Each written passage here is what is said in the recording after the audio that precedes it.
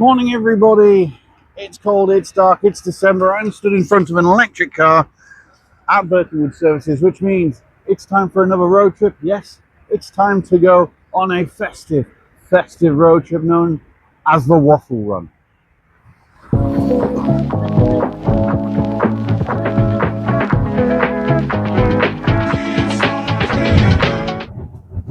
Morning, everybody. Sorry for that slightly lower energy intro. We're back. We're back in the car. Mark's back. Yeah, I'm back. And he's got his own mic this time. So, rules of engagement for today, very, very simple. As like last year, the Waffle Run from Birkenwood Services to Crewe to pick up Mark, down to Dover, across to Belgium, pick up some wine on the way, maybe some beer. Then Waffles hot chocolate in Ghent this time, going a little bit further, and then coming back. But as with every other road trip we do, speed limit is going to be roughly the speed limit. We are not going to be being soft and gentle and trying to hypermile this. Do you mean the fact that it's a 30 zone at the moment and you're doing 50? It's not a 30, it is a 50. Right, yes. Basically, I'm going to be doing what speed the traffic around me is doing. So we are not babying it. Seat heaters are going to be on. Massage seat currently manipulating my buttocks. And yes, this is what we're going to do. We'll see you in a second. Bye. Bye.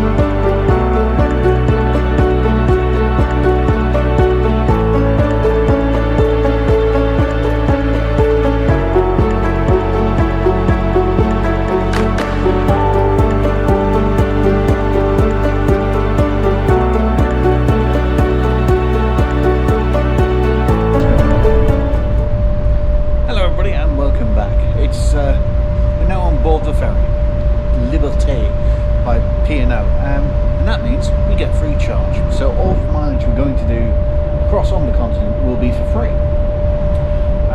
First stop will be a Intermarché in just east of Calais, where we're going to pick up some wine and beer, and then we're going to head off to Ghent, where we're going to have our usual waffles and hot chocolate and pick up 5 distinct items: 2 Christmas baubles, 1 fridge magnet, and 2 lots of Belgian truffle chocolates.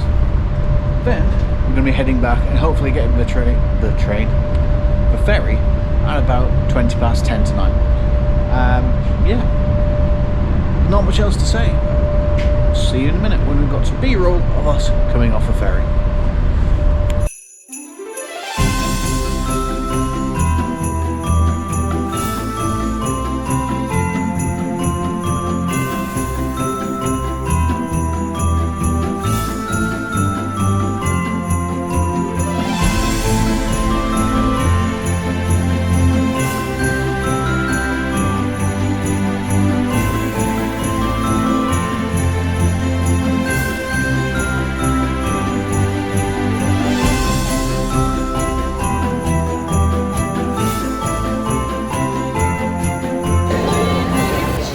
Okay, first one here in Ghent is the potato spirally thing. I don't know if you can hear me, but let's give this a whirl.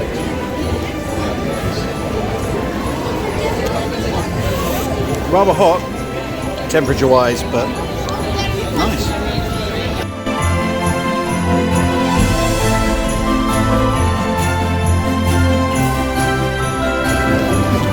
Okay, next one is waffles.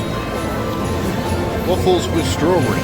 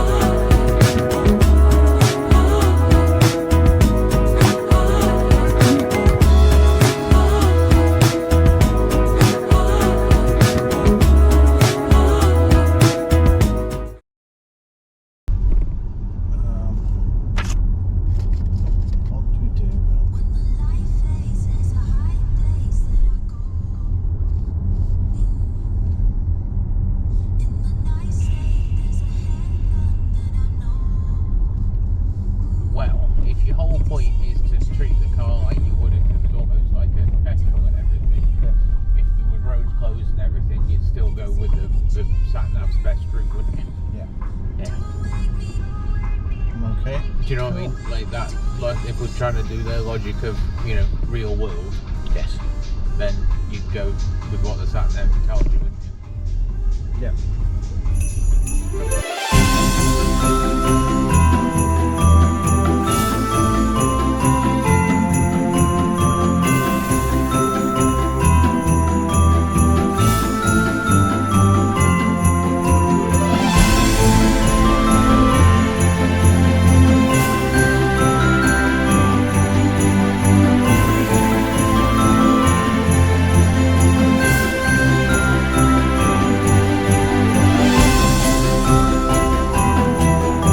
So, slight change of plan. The M1 was closed, so we thought we'd do a slightly more vigorous test. I always use the M1, so I know where the service is and where I want to charge on the M1, or where I can charge on the M1. So instead of going the Dartford side of London and then up the M1, because it's closed, we went the underside of the M25, round by Heathrow, and we're now on the M40. Problem is, I have no idea where to charge on the M40. Well, I didn't until we came here to this services, and I can't even remember what the hell the service is called. I will put it in a little tagline on the comments below. But luckily for us, as you can see over my shoulder, I found an Ionity charge. I stumbled across an Ionity charger. The Ionity app doesn't work through Android Auto, so I can't have it on the screen. It was a sheer guess, but we started to get down to around 20% of battery, and I thought, you know what, I'm tired, I need the loo. Next services. So next service is this service, and we came here. So again, it proves the infrastructure is there, because we have 1, 2, 3, 4, 5, 6 Ionities. There is a pile of grid serves over there. There's some other ones on the other side of the Ibis, and I believe some Tesla chargers up by the Shell garage. All in all, there is quite a lot of infrastructure, so I don't really have to worry. So anyway, enough rambling. This is going to be the last stop. I'm going to charge up to about, I'm probably going to charge up to 90%, so I know for definite I can get home, drop Mark off on the way, and then yeah, head to bed. It's already past 1 o'clock in the morning. It's been a long day. Anyway, see you in a sec. Bye.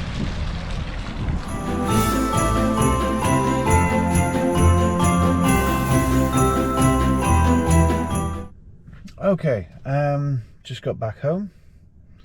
I'm not going to show you where I live, so very quickly, just want to go through some details. Some data.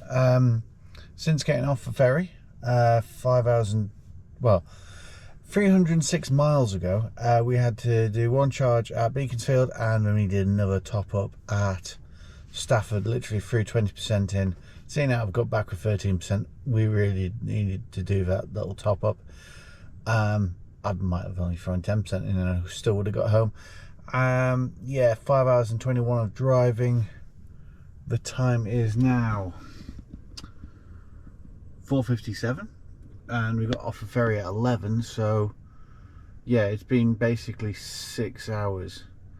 So that means, including all the charging, it's basically been 6 hours, so 40 minutes of charging to do 306 miles. And to be honest, let's be honest, that's not that bad. Anyway, I'm going to come back with some conclusions in a second. Hi everybody, welcome back. So, time for some conclusions. What did we learn in this? I'll be honest, not much. We had a lot of fun. Those potato curly things are very tasty. Waffles with fruit is pointless, and if you're doing it for health reasons, you're lying to yourself. And Belgian hot chocolate is really nice. Beyond that, I've had to make some notes. So we did 792 miles over nearly 22 and a bit hours. Charging wise, we did the charge at Toddington, which cost me £35.14. Then we charged on the ferry for free. We went to Ghent and back and charged on the ferry for free. And then we stopped at Beaconsfield on the M40. which cost me £21.21. And then, because we weren't hanging around and we just wanted to get home, we actually used up a bit more electricity than we were expecting to. I had to stop again at Stafford Services, which cost me another £7. All in total, that is £63.35 worth of charging for doing 792 miles. Now, I want to do a little bit of a comparison. So last year I gave you the shocking revelation that in terms of lost time, an EV was actually slightly quicker than an ICE car going to and from Belgium. This time, with that little extra stop at Stafford, that's not entirely true. So, because we had to add about 5 minutes on that charge, so it's about the same. The shocking revelation I want to do this year is that this, even using public charging, was cheaper. So it was the £63.35 worth of charging. Okay. A full charge of this is £22.78 at my standard electricity rate of 26 pence per kilowatt hour. I'm not on a cheap tariff. If I was on a cheap tariff, it'd be even cheaper. So that comes to a total charging, including initial full tank, at £86.13. Now, the charging I did included Ionity charging. Now, Ionity, I get the rate I did of 43 pence per kilowatt hour there on a subscription. And that subscription costs £10.50 a month. So that comes to £96.63 for all of it. Now, that is if I got the subscription purely for this journey. Now, I have this subscription, I use Ionity quite a lot. But if you were just doing this road trip, I had to include the whole month's worth of charging, a whole month's worth of subscription, sorry. So, if we were going to do this in a relatively economical diesel, and the most economical diesel I could find, which is roughly the same size as the ID4, is a Skoda Kodiaq. And that, according to the figures, can do 53 miles to gallon. Now, if you were going to do 792 miles at 53 miles per gallon, you would need 14.94 UK gallons, which equates to 67.84 litres of diesel. Now, that is slightly more than the tank's worth. So what I'm going to say is, just to keep it fair and even, we're going to do the 55 litres of a full tank. Wouldn't be, in real life, you wouldn't be absolutely zero, but 55 litres at the local price, which is 137.9 pence per litre for diesel, would come out at £75.85.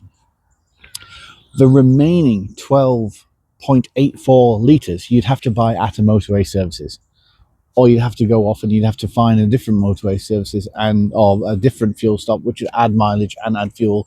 So I'm just going to say that you did that top up of 12 litres, 12.84 litres at a service station, at service station prices, which Beaconsfield, where we stopped for Ionity for this, was £169.9 pence per litre for diesel. And that 12.84 litres would cost you £21.82, coming to a grand total of £97.67. Yes, by pence, and it is literally by a pound, if that. This is slightly cheaper. Using public charging, this is cheaper to get to and from Belgium. Thanks, in no small part, to P&O. P&O are not sponsoring this, but thanks to P&O and letting us charge for free, which is understandably just awesome, this turns out cheaper. So there's another bombshell. There's another festive bombshell. So when your auntie and uncle or brother, cousin, whoever is around the Christmas table, stuffing their face and saying electric cars are pointless, electric cars are useless, electric cars can't do distance. Well, if I can do nearly 800 miles in a day, I'm fairly certain day to day you can live with one. But anyway, that's enough for the festive time. I hope you have a great festive period with your family. I hope you are with the ones you love and you love the ones you're with. And I will see you in the new year for some more challenges. I do have one from a colleague, Tess, who you may know as Blonde Logic Gaming. That's coming in the future. So, yeah, I'll see you soon. If you have been, thank you very much for watching. Please like, share, comment, subscribe, and all that YouTube bump. And I will see you in the next episode in the new year. Bye.